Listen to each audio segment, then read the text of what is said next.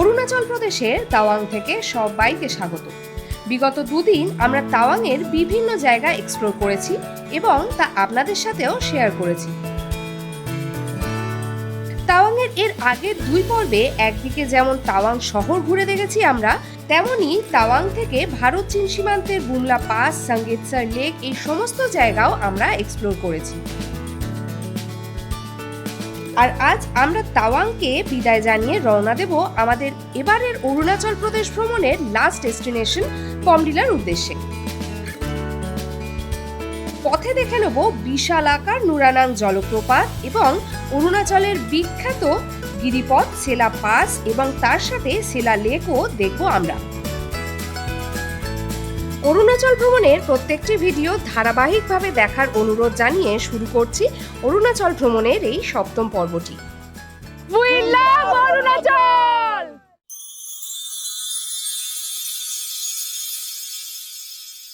অরুণাচলের আরও একটা নতুন ভিডিওতে সবাইকে ওয়েলকাম।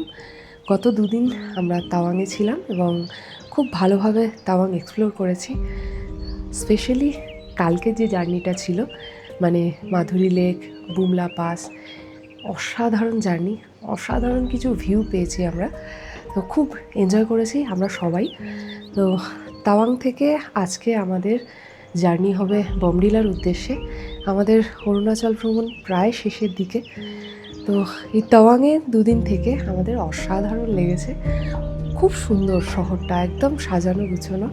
তো আজকে তাওয়াং থেকে বমডিলার উদ্দেশ্যে যাওয়ার এই যে জার্নিটা, এতে কিন্তু আমরা বেশ কিছু জায়গা এক্সপ্লোর করব এবং তোমাদের সাথেও শেয়ার করব। আর যারা আগামী দিনে অরুণাচল আসবে মনে করছো, তাদের জন্য একটাই রিকোয়েস্ট, আমাদের এই পুরো অরুণাচলের যে ট্রাভেল সিরিজটা আছে তোমরা ফলো করো। আশা করছি খুব সুন্দরভাবে একটা তাওয়াংয়ের ভ্রমণ গাইড তোমাদের সামনে তুলে ধরতে পারবো। আর যেহেতু আজকে একটা লং জার্নি, তাই আমরা সবাই প্রায় রেডি, ব্রেকফাস্ট করব এবং বেরিয়ে যাব আরও একটা জার্নির জন্য। চলো দেখা হচ্ছে ডাইরেক্ট জার্নিতে। সকালবেলা মোটামুটি 8টা বাজে। এখন আমরা ব্রেকফাস্ট করতে চলে এসেছি। এখন আমরা তোমাদেরকে একটু দেখাই এনাদের কিচেনটা। এই যে আমাদের এইখানেই আমাদের লাঞ্চের প্রিপারেশনও চলছে। এই রাস্তায় লাঞ্চ সার্ভ করা হবে, সেই জন্য সব প্যাকিং হচ্ছে। এই দাদারা কদিন ধরে আমাদেরকে সব খাওয়ার দাওয়ার ব্যবস্থা করছে। প্রচুরভাবে সব রকম রান্নাবান্নাও আমাদের খুব ভালো লেগেছে। আর এই হচ্ছে কিচেন। লাঞ্চের প্যাকিংও এখানে রেডি। আমরা রাস্তাতেই লাঞ্চ করবো আজকে। তো চলো এবার গিয়ে ব্রেকফাস্ট একটু করে নেওয়া যাক। আজকের ব্রেকফাস্টে ছিল ব্রেড, বাটার, জ্যাম, ডিম সেদ্ধ, এইসব কিছু। এতগুলো মানুষ, এতগুলো দিন একসাথে, বলতে পারো বয়স নির্বিশেষে আমরা সবাই বন্ধু। তাই ব্রেকফাস্টের সাথে একটু গল্প, এই আর কি। এই যে দেখো, আমাদের সমস্ত লাগেজ গুছিয়ে তোলা হচ্ছে গাড়িতে। তাহলে তাওয়াং থেকে বমডিলার জার্নিটা শুরু হয়ে গেল। আজ কিন্তু জার্নিটা বেশ লম্বা হতে চলেছে আমাদের। তাওয়াং থেকে বমডিলার জার্নি গুগল ম্যাপ অনুযায়ী যদি দেখি, তাহলে প্রায় 235 কিলোমিটারের মতো। ডাইরেক্ট গেলে সময় লাগবে প্রায় 6.5 ঘন্টার মতো।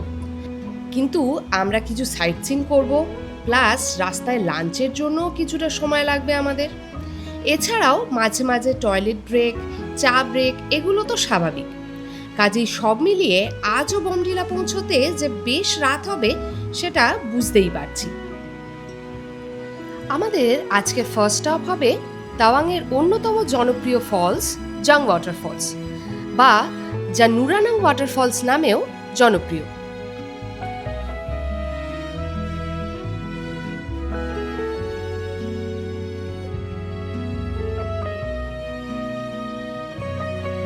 ওই যে দূরে দেখা যাচ্ছে আমাদের প্রথম গন্তব্য। সহস্রধারায় কেমন সাদা জল পড়ছে দেখো তো একবার উপর থেকে। কি দুর্দান্তই না লাগছে এখান থেকেই। কাছে গিয়ে না জানি কি অসম্ভব সুন্দরই না লাগবে। আমরা চলে এসেছি আমাদের আজকের ফার্স্ট সাইট সিইং পয়েন্ট, সেটা হচ্ছে নুরানাং ওয়াটারফলস বা জাং ওয়াটারফলস।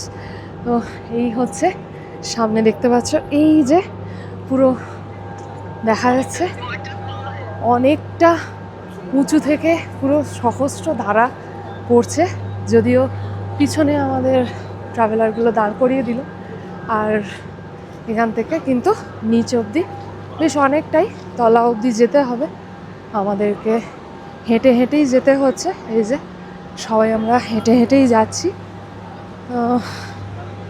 দুর্দান্ত। এখন মার্চ মাসে যদি এতটা জল থাকে তাহলে বর্ষার সময় কি অপরূপ এর দৃশ্য হবে সেটাই ভাবছি। চলো যাওয়া যাক। আচ্ছা, এখানে কিন্তু আমাদের এন্ট্রি ফি লাগলো। এখানে এন্ট্রি ফি হচ্ছে 40 টাকা করে পার হেড। তো এরকম সিঁড়ি বেশ খানিকটা পার করে বেশ অনেকটাই নিচু আমরা হেঁটে যাচ্ছি, আর এই অলমোস্ট চলে এসেছি ফলসের কাছে। এখানে নেমে দেখছি যে এরকম পার্কিংয়ের জায়গা আছে, কিন্তু আমাদের যে গাড়ি আছে সে কিন্তু নিচে নামেনি, আমাদের পুরো এই রাস্তাটা হেঁটে নামতে হলো। গাড়ি যে ড্রাইভার দাদারা রয়েছে খুবই বাজে ব্যবহার, আমি বলতে বাধ্য হচ্ছি, কারুর কথাই কোনো শুনছে না। যেরকম গাড়ির কন্ডিশন খারাপ, 3টে ট্রাভেলার আছে আমাদের সাথে, 3টে ট্রাভেলারেরই কন্ডিশন খুবই খারাপ এবং ড্রাইভাররাও সেরকমই খারাপ। যাই হোক, জার্নির গল্পটাকে একটু সাইডলাইন করে আমরা বরং এই অসাধারণ গন্তব্যতে একটু কনসেন্ট্রেট করি।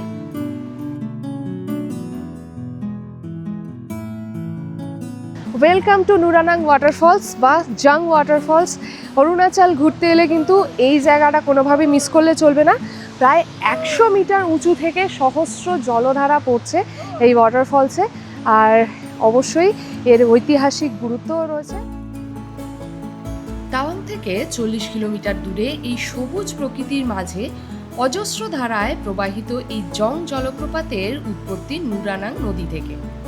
ঐতিহাসিক প্রেক্ষাপট দেখলে জানা যায় 1962 ভারত চীন যুদ্ধের সময় নিঃস্বার্থভাবে ভারতীয় সেনা জসবন্ত সিংকে আশ্রয় এবং রসদ সরবরাহ করেছিলেন 2 স্থানীয় মনপা মেয়ে সেলা ও নুরা, যাদের বীরত্বের কাহিনীকে অক্ষয় রাখতে নুরার নামে নামকরণ করা হয় এই জলপ্রপাতের।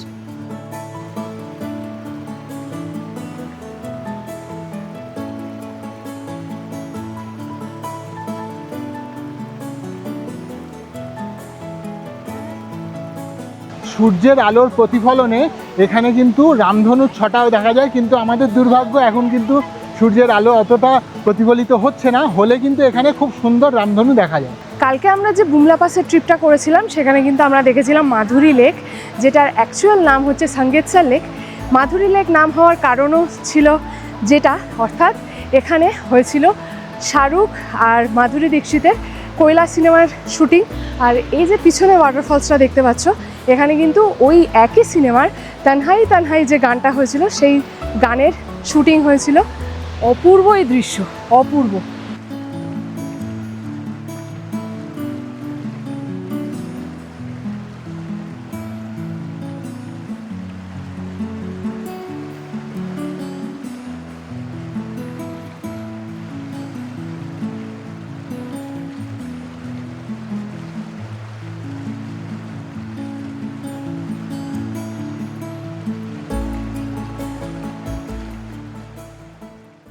এই ফলসে যদি তোমরা আসো সেক্ষেত্রে অবশ্যই কোনোভাবে তাড়াহুড়ো করো না, ধীরে সুস্থে আসো সময় নিয়ে, এবং এখানে এসে প্রকৃতির এই যে শোভা আর এই যে অপূর্ব রূপ এটাকে উপভোগ করে তবেই কিন্তু এখান থেকে যেও।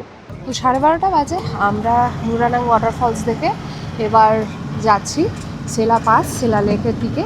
তো এখান থেকে মোটামুটি 44 কিলোমিটার মতো দেখাচ্ছে ডিস্টেন্স, আর ওই ঘন্টা দেড়েক সময় লাগবে। তো দেখা যাক এই জার্নিটা কেমন হয়। খুব এক্সাইটেড সেলা পাস আর সেলা লেক দেখার জন্য, আর জার্নিগুলো কিন্তু বেশ এনজয় করছি আমরা।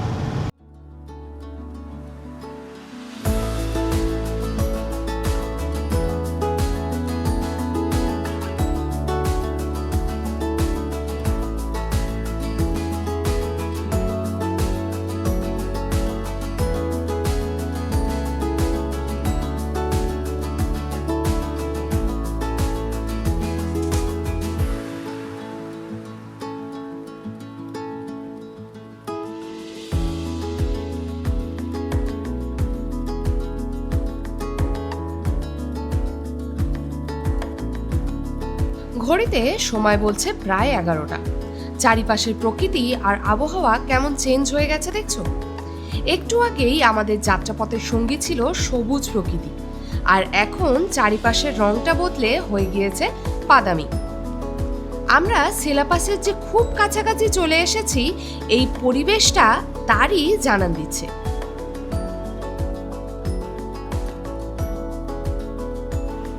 ওই যে পাহাড়ের চূড়ায় দেখা যাচ্ছে অল্প অল্প বরফ।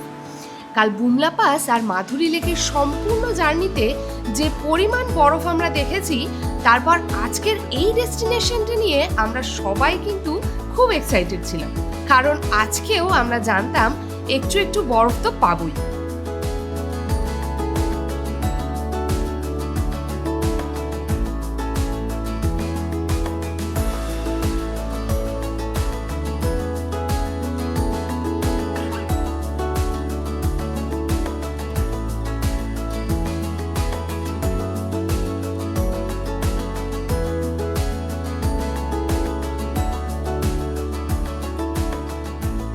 আমরা কিন্তু অলমোস্ট সেলাপাসের কাছে চলে এসেছি, আর চারিপাশটা পুরো বরফে ভর্তি। পাহাড়গুলো অসম্ভব সুন্দর লাগছে, আর পাহাড়ের চূড়াগুলো একদম মেঘে ঢাকা, একদম হাই পিকগুলো কিন্তু দেখা যাচ্ছে না।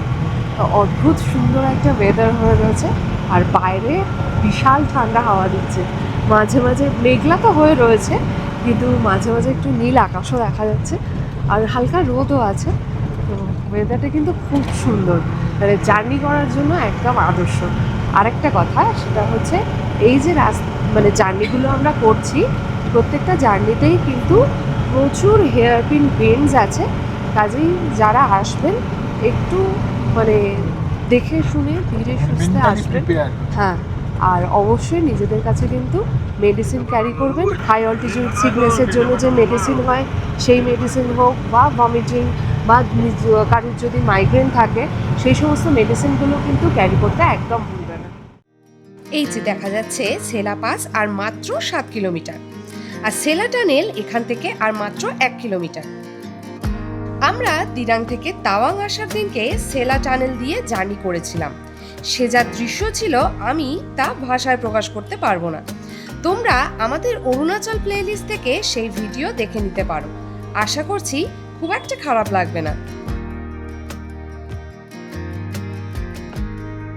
13,700 ফুট উচ্চতায় সেলা পাস তাওয়াংয়ের প্রবেশদ্বার হিসেবে কাজ করে।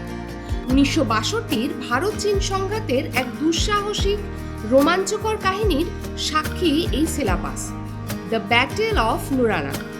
এর প্রেক্ষাপট ঘাটলে দেখা যায় ভারতীয় সেনাবাহিনীর রাইফেলম্যান জসবন্ত সিং প্রায় 72 ঘন্টা চীনা বাহিনীকে অগ্রসর হতে প্রতিহত করেছিলেন।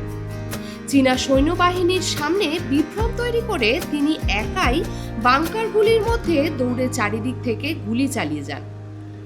এই সময় তাকে গোলা বারুদ এবং খাবার সরবরাহ করে সাহায্যের হাত বাড়িয়ে দেয় দুই স্থানীয় দুঃসাহসিক মনপা মেয়ে সেলা এবং নুরা। চীনা সৈন্যদের চূড়ান্ত আক্রমণে জসবন্ত সিং নিহত হন এবং সেলা মর্মান্তিকভাবে প্রাণ হারান পাহাড় থেকে ঝাঁপ দিয়ে।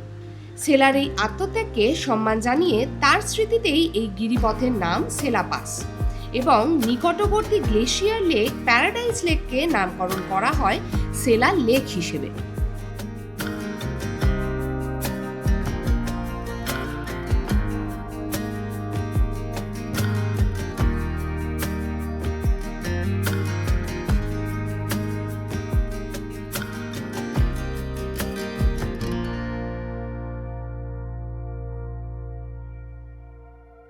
Welcome to Sela pass. আর পিছনেই দেখতে পাচ্ছ সেলা লেক, চারিদিকটাতে একদম বরফে ভর্তি। প্রচণ্ড একটা চিলিং ঠান্ডা হাওয়া দিচ্ছে, আর এই যে লেখা আছে Vartak welcomes you at Sela pass 13,700 feet. আর এদিকে এসো, এর পিছনে দেখা যাচ্ছে এই যে ওয়াও, চারিপাশের পরিবেশটা যা সুন্দর লাগছে। এই হচ্ছে সেলা লেক। ওই পাশটাতে আমরা যখন আসছিলাম এই রাস্তাটা ধরে, ওই দিকটা কিন্তু জলটা এখনও ফ্রোজেন রয়েছে, আর এইখান থেকে পুরো সিঁড়ি আছে, নেমে যাওয়া যায় একদম ওই তলা অবধি। ওইখানে কিছু লোক রয়েছে। সেলার পাশের যে ফলকটা দেওয়া রয়েছে এখানে 13,700 ফিট উচ্চতা পুরো লেখা আছে। তার পাশেই লেখা আছে আই লাভ সেলা। এখানে সবাই আমরা ফটো তুলছি, এনজয় করছি। আর চলো এবার একটু নিচের দিকে নামা যাক। চলে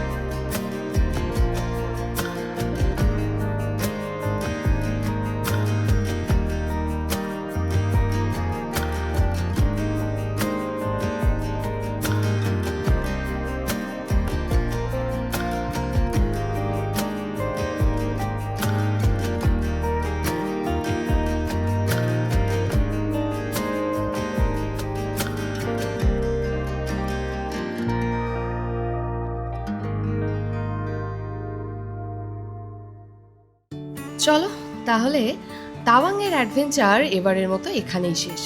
এবার বমডিলার উদ্দেশ্যে যাত্রা শুরু আবার। সেলা পাস থেকে এই রাস্তার মাধ্যমেই আগে তাওয়াংয়ের সাথে তেজপুর বা গৌহাটির সংযোগ রক্ষা করা হতো, কিন্তু প্রায়শই খারাপ আবহাওয়া এবং হেভি স্নোফলের জন্য সেলা পাসের কানেক্টিভিটি বন্ধ হওয়ার কারণে তৈরি করা হয়েছিল সেলা টানেল। সেলা লেক দেখে জাস্ট গাড়িটা একটু ছাড়তেই পরিবেশটা তোমাদের দেখাই, সামনে কীরকম অবস্থা। ভিজিবিলিটি একদম নীল যাকে বলে। জাস্ট বাইরেটা দেখো, জানলাটা খোলা আছে, পুরো মেঘ ঢুকে আসছে গাড়ির মধ্যে। সামনের ভিউটা দেখাই।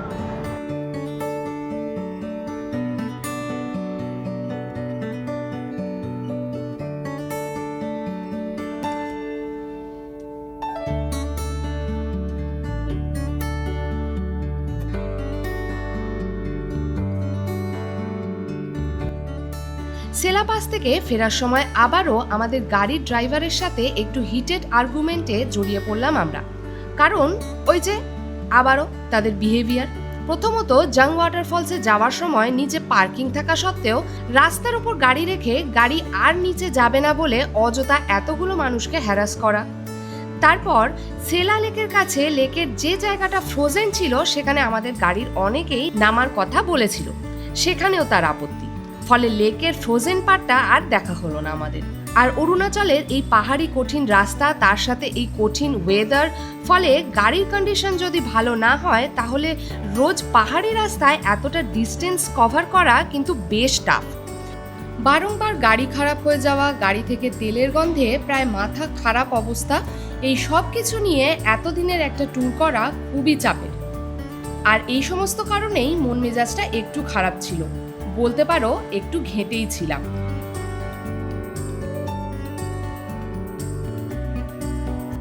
যাই হোক, এর মধ্যেই ওয়েসাখি বলে একটা জায়গায় আজ আমাদের প্যাকড লাঞ্চ ছিল। রাইস, চিকেন কষা, স্যালাড আর চাটনি। আগেই শেয়ার করেছিলাম আজকের জার্নিটা বেশ লম্বা হতে চলেছে, তাই দিরাং হয়ে বমডিলা যেতে সন্ধে গড়িয়ে প্রায় রাত হবে আমাদের।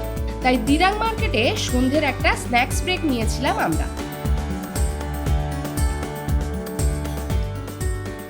আমরা দিরাং ঢোকার আগে একটা মার্কেট মতোতে দাঁড় করালো আমাদেরকে, আর বাদবাকি সবারই প্রায় খিদে পেয়ে গেছে। আমরাও নিয়ে নিয়েছি এখানে লঙ্কার চপ, আর এখানে সব চাউমিন খাচ্ছে ভেতরে, চাটাও পাওয়া যাচ্ছে। চল, এই লঙ্কার চপ দুটো হচ্ছে 20 টাকা করে, 40 টাকা।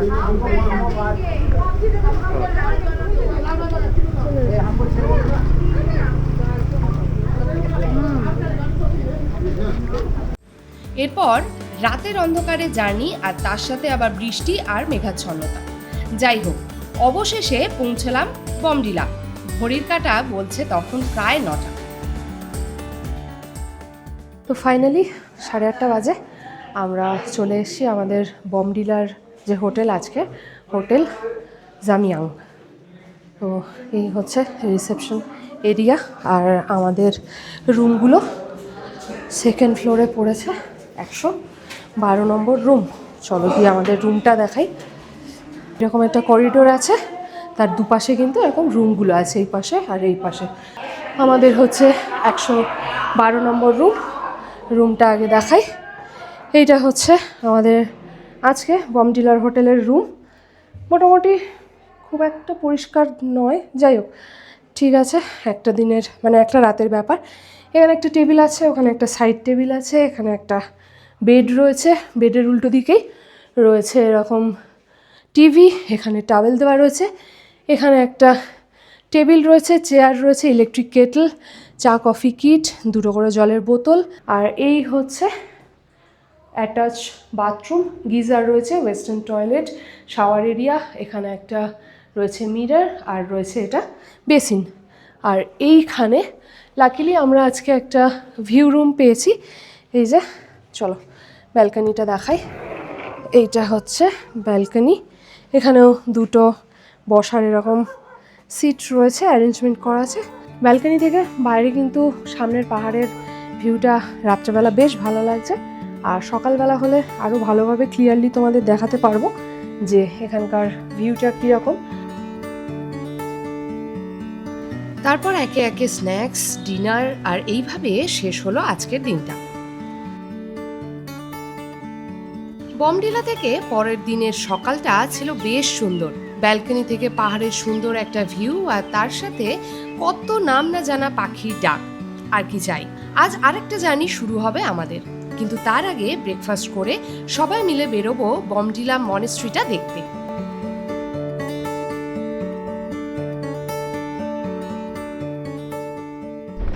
আমরা চলে এসেছি বমডিলা মনেস্ট্রি, আর পিছনের জাস্ট ঢোকার মুখেই পাইনের যে জঙ্গলটা দারুণ লাগছে। এতক্ষণ কিন্তু রোদ ছিল, কিন্তু এখন জাস্ট ওয়েদারটা দেখো, পিছনটা তো পুরো একদম মেঘলা হয়ে গেছে, পুরো ধোঁয়াশা হয়ে রয়েছে।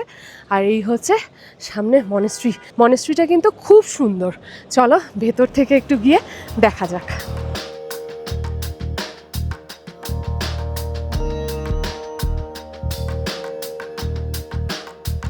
1965 সালে প্রতিষ্ঠিত এই বৌদ্ধ মঠ স্থানীয়দের কাছে বেশ পবিত্র একটা জায়গা, যার অপর নাম জেন্টসে গার্ডেন রাবগেল লিঙ্ক। চারিদিকে পাহাড় এবং আপেল বাগান দিয়ে পরিবেষ্টিত একেবারে শান্ত মনোরম পরিবেশের কারণে পর্যটকদের কাছে এই মনেস্ট্রিটা বেশ জনপ্রিয়।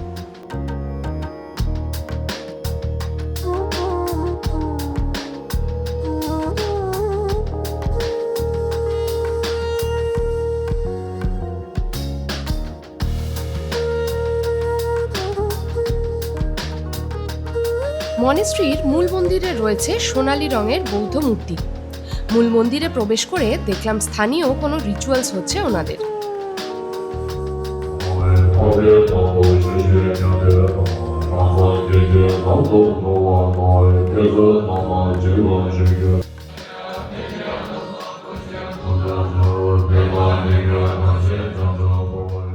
আর এইদিকে দেখো মনেস্ট্রিতে গিয়ে 2টো কিউট ছোট্ট বন্ধুও জোগাড় করে ফেলেছিলাম আমরা।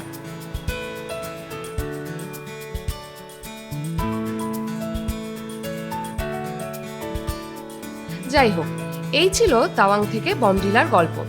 সমস্ত কিছু শেয়ার করলাম তোমাদের সাথে। ভিডিওটা কেমন লাগলো অবশ্যই কমেন্ট করে জানিও। আর অরুণাচলের অন্তিম পর্বে থাকছে কাজিরাঙ্গার দুর্দান্ত অ্যাডভেঞ্চার। জানতে হলে নেক্সট ব্লগটা মিস করো না কিন্তু। চলো ততক্ষণের জন্য সবাইকে টাটা। ক্রস করবে, রোড ক্রস করবে। ওয়াও।